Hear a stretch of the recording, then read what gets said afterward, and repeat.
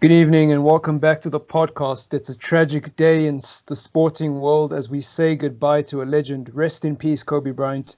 Our thoughts, prayers, and condolences alike are with the victims and all their families in what is a tragedy, to say the least. But the show must go on, as does everything in the strange game we call life. It's a massive game for Manchester United, a massive, massive game for the fan base alike. After losing the first leg in shell-shocking fashion, Ole and his men have a really tall order ahead of them. They're down 3-1 to Manchester City in the Carabao Cup on aggregate.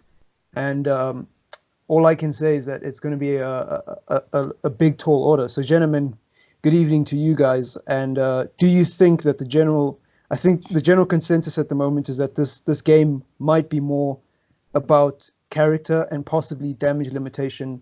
Do you think that's accurate, or do you think Manchester United should go on and try and pull off something? Well, if I was a Manchester United manager and me as a fan, I would obviously always go try and pull something out. But I feel like Odi won't try to it. I think it'll be about damage limitation and, trying to get some respect back and maybe, pull maybe a win, but maybe it won't just be, I don't think it'll be enough, even if he does somehow get a win. Yeah, I think he will try. I don't think he'll do it because I think City will be too powerful for us, and with so many injuries, it'll be a tall order, as Marcus put it. But I think he will try go for it because he really has no other choice. He must try because winning the Carabao Cup is so big for us. It would literally keep him in the job. So if there's the slightest of chance of us coming back in this game, he's going to try to take it. Well, it's interesting. I think, based on the way Manchester United set up midweek, I think that was just a preview of what's to come in the Manchester City game. Personally, you always want to see a team in a derby try go for the win. You never want to see a team sit back and try to soak up the pressure and basically just roll over, which is something it looks like we've done against Liverpool in the past, at least from my perspective. So I wouldn't be surprised if Ole Gunnar Solskjaer approaches this game with the same attitude. I don't think there's much to talk about. I think that system for this game and the situation we're in, I'm okay with him playing it because we have injuries, a lot of injuries, and I feel like playing the three up front just hasn't really been working with Dan James up there. So if you played Greenwood and Martial up front, played Dallo and Brandon Williams on the wing backs, and just threw everything at Man City basically, like I'd really enjoy that. I don't know if I agree with that because playing a 5 at the back or playing a 3 at the back, whatever you want to call it, playing with an extra centre back fundamentally is the opposite of trying to throw everything at a game. You're removing an attacking player from either your midfield or your forward region, and you're decreasing your chances of actually doing something. I would rather, if Dalot is going to be playing on the right and if Brandon Williams is going to be playing on the left, that's fine. But I would rather we play with an extra attacker, even with the amount of injuries we have. I don't see Greenwood and Martial doing anything alone up front, even if Dalot and Williams are there to support them, as they would do in a normal back four anyways. I hear you, but it depends how you look at it, because a lot of the time managers do that to have a lot of balls and a lot of action coming from the width, and with the fullbacks not having to track back too much because there's an extra centre back in defence. So sometimes it is an attacking-minded approach, as we saw with Conte with Moses and Alonso. Yeah, but you can't compare Conte to Ole Gunnar Solskjaer. Pragmatically speaking, I've seen Ole Gunnar Solskjaer play the system, and the only time we've looked like an attacking team was against a team that's in a relegation battle in League One. So you can compare him to Conte all you want. I'm looking at what he's done with the system in the past, and in the past, to me at least, it looks like he's just rolled over. And he's come out in the press conference bright and optimistic about the fact that he's able to get a good performance in against Liverpool. And he lost better than he did against Liverpool this year than he did last year. And that's like an achievement for him. That's the back five worked for him. Okay, no, that is very true. Yeah, from a tactical standpoint, I think Pep and City won't make the same mistake. Last time we tried that 5 at the back, they just bombarded the midfield. They didn't even have a striker on the field, and they just completely owned us. Yeah, but Hopefully he proves me wrong. You know, let's see the predicted XI.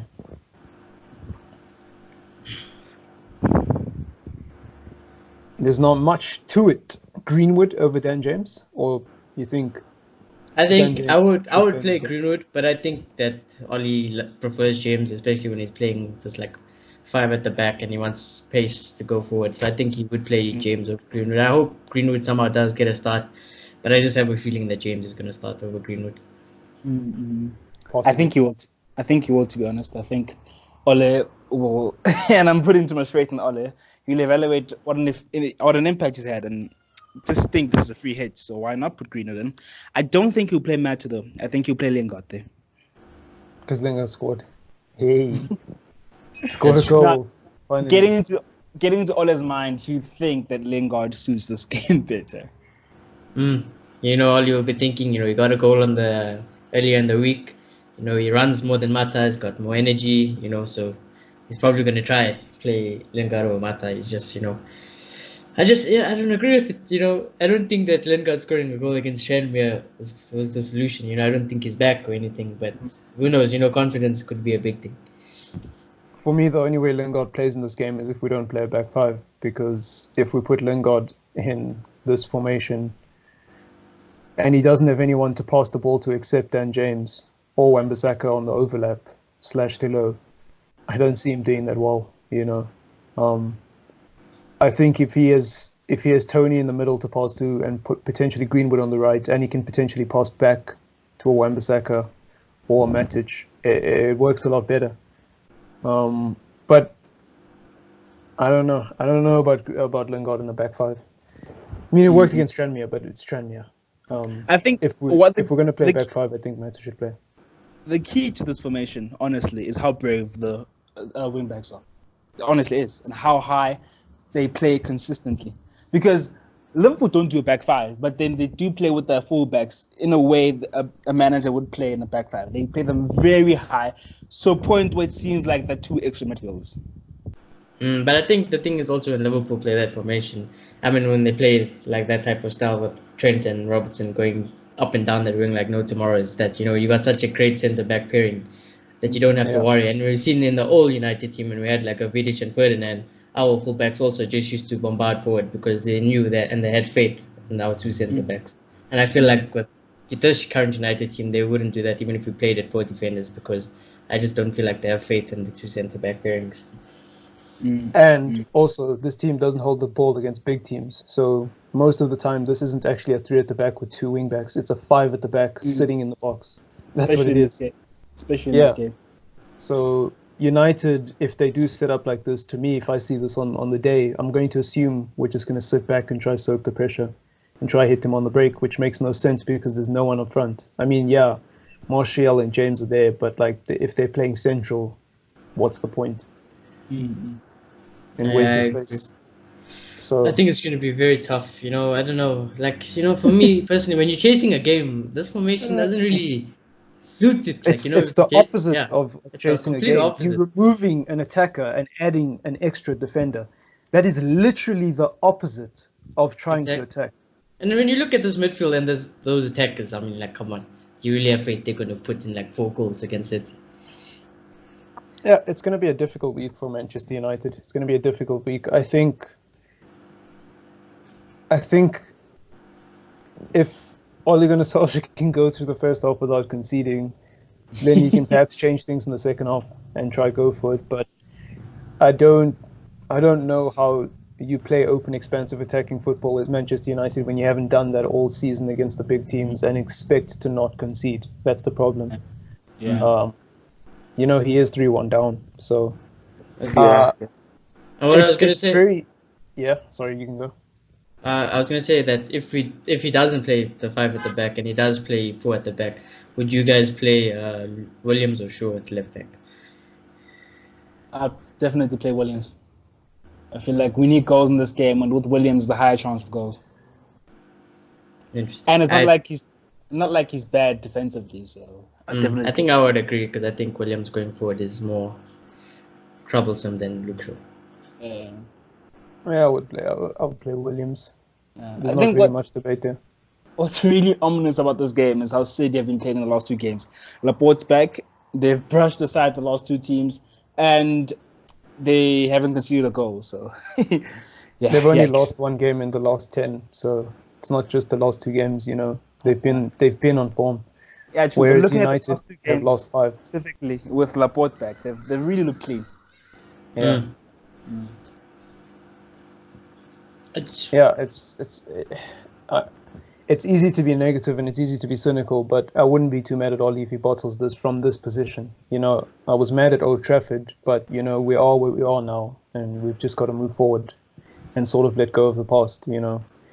So, if he does go on and I just hope that he doesn't go on and get battered. But if he does go on and lose, there isn't much to be said. I hope we don't see Lingard on the team sheet, especially if we play it back 5, because I don't think he works in a system where there's one less man up front. I'm finding it hard to find any optimism from this game. What are you guys' score predictions? My score, I always want United to win, like I said, but realistically, I think this will be a walkthrough for City, and it's at their home. I don't think that United will pull something drastically out of the blue. Like, even if they win it, I still don't think it'll be enough to go through to the next round. But I think that City will not take this game really that lightly. I'm sure Pep doesn't want to get embarrassed by drawing or even losing, even despite him going through still. So I think City will win 2-0. I think if Man City play their first team, no chance whatsoever. I just don't see what we can muster to beat the City team after already beat them once and them having learned from their mistakes. I just think it's a definite win for City. If they don't, by some surprise, and decide to, which they probably will, I mean, it's a semi-final, one game to the final, and decide to play more of a B team, there's an outside chance, but I don't think they'll do that. So I'm going to go for a 3-1 win for Man City. What is that, 6-2 on aggregate? Yikes. Yeah, it's not very pretty. It's not very pretty. Yeah, look, we are where we are, and it is what it is.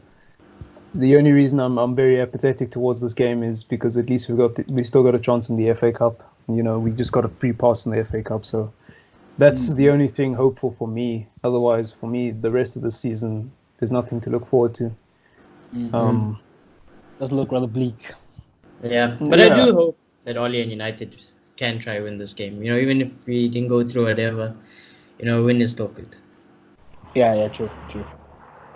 Show character. Just go out there and just play. But knowing Ole, he won't do that.